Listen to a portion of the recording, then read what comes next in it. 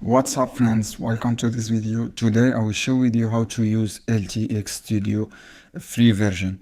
So this is the dashboard guys of this software. You have generation motion, you have generation storyboard, and you have also generate image. For example, if you want to generate image, click this one and upload your prompts for image.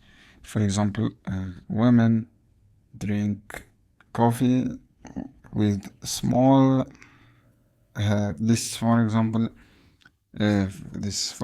guys, prompts, write a unique prompts to generate image. You have generate motion here guys, you can generate also motion, write your motion prompts here, and you can use ChatGPT to create your unique prompts and write your size of this aspect ratios, video durations, for example 7 seconds.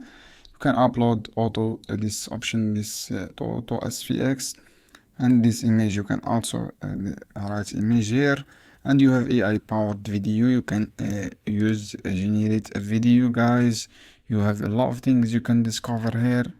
You have option of my asset. You can see all your assets from here. This is about upgrading option. You have monthly, light, standard, pro versions.